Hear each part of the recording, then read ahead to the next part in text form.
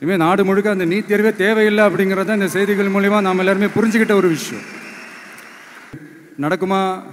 உடனே நடக்காதுன்னு எனக்கு தெரியும். அப்படியே நடந்தாலும் அதை நடக்க விட மாட்டாங்கன்னு எனக்கு தெரியும். வந்திருக்கும் இளம் சாதனையாளர்களுக்கும்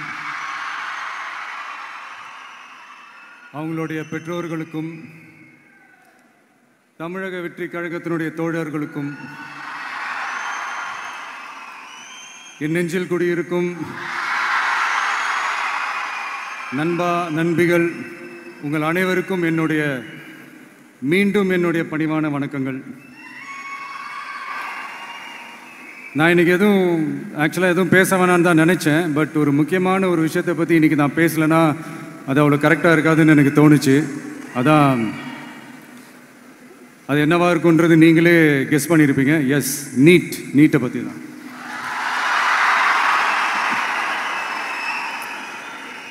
இந்த நீட்ன்றது பார்த்தீங்கன்னா நம்ம தமிழ்நாட்டில் இருக்கிற மாணவ மாணவிகள், குறிப்பாக கிராமப்புறத்தில் இருக்கிற ஏழை எளிய பிற்படுத்தப்பட்ட, மிகவும் பிற்படுத்தப்பட்ட மற்றும் தாழ்த்தப்பட்ட வகுப்பினை சேர்ந்த இந்த மாணவ மாணவிகள் எல்லாருமே ரொம்பவும் பாதிக்கப்படுறாங்கன்றது தான் ஒரு சத்தியமான ஒரு உண்மை. இந்த நீட்டை பற்றி ஒரு பிரச்சனையாக நான் பார்க்குறது என்னென்னா, ஒன்று இந்த நீட் இந்த மாநில உரிமைகளுக்கு எதிரானதாக இருக்குது. நீங்கள் 1975க்கு முன்னாலே பார்த்தீங்கன்னா இந்த கல்வி மாநில பட்டியலில் தான் இருந்துச்சு. உங்கள் எல்லாருக்குமே தெரிஞ்ச ஒரு விஷயந்தான். அதுக்கப்புறமா தான் அது ஒன்றிய அரசு வந்ததுக்கப்புறம் அது பொது பட்டியலில் அது சேர்த்தாங்க.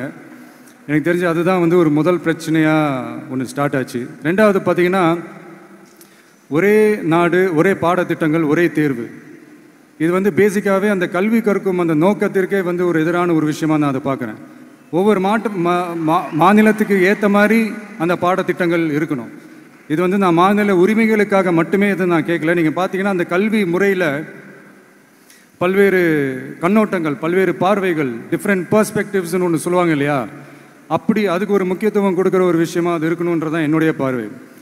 Diversity is a strength, it is not a weakness. பன்முகத்தன்மை அப்படிங்கிறது அது ஒரு பலமே தவிர பலவீனம்னு சொல்ல முடியாது.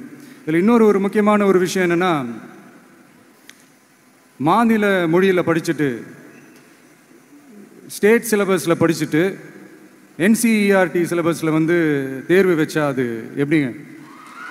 அதுவும் கிராமப்புறத்தில் இருக்கிற மாணவ மாணவிகள், அதுவும் அவங்களுடைய மருத்துவ படிப்புக்கு கொஞ்சம் யோசிச்சு பாருங்கள், இது எவ்வளோ ஒரு கடினமான ஒரு விஷயம்னு. மூணாவது நான் பார்க்குற ஒரு பிரச்சனை என்னென்னா, இப்போ போன மே மாதம் 5ஆம் தேதி அந்த நீட் எக்ஸாம்லாம் நடந்துச்சு. அதில் சில குளறுபடிகள்லாம் நடந்ததா நம்ம நிறைய அந்த செய்திகள்லாம் பார்த்தோம், படித்தோம் இல்லையா. அதுக்கப்புறமே என்ன ஆயிடுச்சுன்னு பார்த்தீங்கன்னா, அந்த நீட் தேர்வுக்கு மேலே இருக்கிற அந்த நம்பகத்தன்மையை மக்கள் மத்தியில் சுத்தமாக போயிடுச்சு. இனிமேல் நாடு முழுக்க அந்த நீட் தேர்வே தேவையில்லை அப்படிங்கிறத இந்த செய்திகள் மூலிமா நாம் எல்லாருமே புரிஞ்சுக்கிட்ட ஒரு விஷயம். சரி, இதுக்கு என்னதான் தீர்வு அப்படின்னா, நீட்டு விலக்கு தான் இதுக்கு உடனடி தீர்வு. நீட்டு ரத்து கோரி தமிழக சட்டமன்றம் கொண்டு வந்திருக்கிற அந்த தீர்மானத்தை நான் மனப்பூர்வமாக வரவேற்கிறேன். இதுக்கு அந்த ஒன்றிய அரசு அந்த கால தாமதம்லாம் எதுவும் செய்யாமல் தமிழ்நாட்டு மக்கள் அவங்களுடைய உணர்வுகளுக்கு மதிப்பு கொடுத்து இதை சீக்கிரமாகவே இதை சால்வ் பண்ணணும் அப்படின்றதான் இங்கே நான் கேட்டுக்கிறேன். சரி, ஓகே, இதுக்கு நிரந்தர தீர்வு தான் என்ன அப்படின்னா, அந்த கல்வி பொது பட்டியலேருந்து மாநில பட்டியலுக்கு கொண்டு வரணும். ஒருவேளை அதில் ஏதாவது சிக்கல்கள் இருக்குது அப்படின்னா, ஒரு இடைக்கால தீர்வாக இந்த இந்திய அரசியலமைப்பு சட்டத்தை திருத்தி ஒரு ஸ்பெஷல் கன்கரண்ட் லிஸ்ட், சிறப்பு பொது பட்டியல் அப்படின்னு ஒன்று உருவாக்கி அதில் கல்வி மற்றும் சுகாதாரத்தை அதில் சேர்க்கணும். இப்போ இருக்கிற அந்த பொதுப்பட்டியல் என்ன ஒரு பிரச்சனை அப்படின்னா, நீங்கள் அந்த துறைகள்லாம் பார்த்தீங்கன்னா, மாநில அரசுகளுக்கு என்னதான் அதில் அதிகாரம் இருந்தாலும் அது முழுக்க ஒன்றிய அரசினுடைய கட்டுப்பாட்டில் தான் இருக்குது. அதனால் மாநில அரசுகளுக்கு அந்த முழு சுதந்திரத்தை அது தரப்பட வேண்டும் அப்படின்றதான் இங்கே என்னுடைய தாழ்மையான ஒரு வேண்டுகோள். ஒன்றிய அரசு அவங்களுடைய கட்டுப்பாட்டில் இருக்கிற ஒரு சில இந்த மெடிக்கல் காலேஜஸ்லாம் இருக்குல்ல, எய்ம்ஸ், ஜிப்மர், PGI, இந்த மாதிரி நிறுவனங்களுக்கு வேணால் அவங்க அந்த நீட் எக்ஸாம் நடத்தணும்னா நடத்திக்கலாம். பட் இங்கே அந்த பிரச்சனை என்னென்னா, இது என்னுடைய ஒரு சஜஷன் தாங்க. இது நடக்குமா உடனே நடக்காதுன்னு எனக்கு தெரியும். அப்படியே நடந்தாலும் அதை நடக்க விட மாட்டாங்கன்னு எனக்கு தெரியும். ஸோ அதனால் இந்த சந்தர்ப்பத்தில் என்னுடைய சஜஷனை வந்து உங்ககிட்ட அதை நான் பகிர்ந்துக்கணும்னு ஆசைப்பட்டேன். இதுதான் என்னுடைய தனிப்பட்ட ஒரு கருத்து நீட்டை பற்றி. ஸோ மற்றபடி வேறு ஒன்றும் இல்லை. வந்திருக்கிற என்னுடைய friends, learning is fun, education is celebration. ஜாலியாக படிங்க, ஸ்ட்ரெஸ் எல்லாம் எடுத்துக்காதீங்க.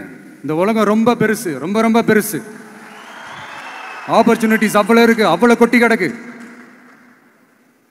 அதனால் ஏதாவது 1-2 மிஸ் பண்ணாலும் எதுவும் ஃபீல் பண்ணிடாதீங்க. அப்படின்னா கடவுள் வந்து இன்னொரு ஒரு பெரிய ஆப்பர்ச்சுனிட்டி உங்களுக்காக வச்சுட்டு காத்துக்கிட்டு இருக்கிறாருன்னு அர்த்தம். அது என்னன்னு தேடி கண்டுபிடிங்க.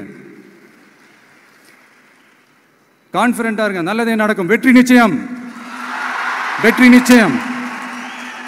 மீண்டும் சந்திக்கும் வரை நன்றி, வணக்கம். ரொம்ப அழகான விஷயங்களை எங்கள் கூட பகிர்ந்த நம்மளுடைய தமிழக வெற்றி கழகத்தின் தலைவர் அவர்களுக்கு எங்களுடைய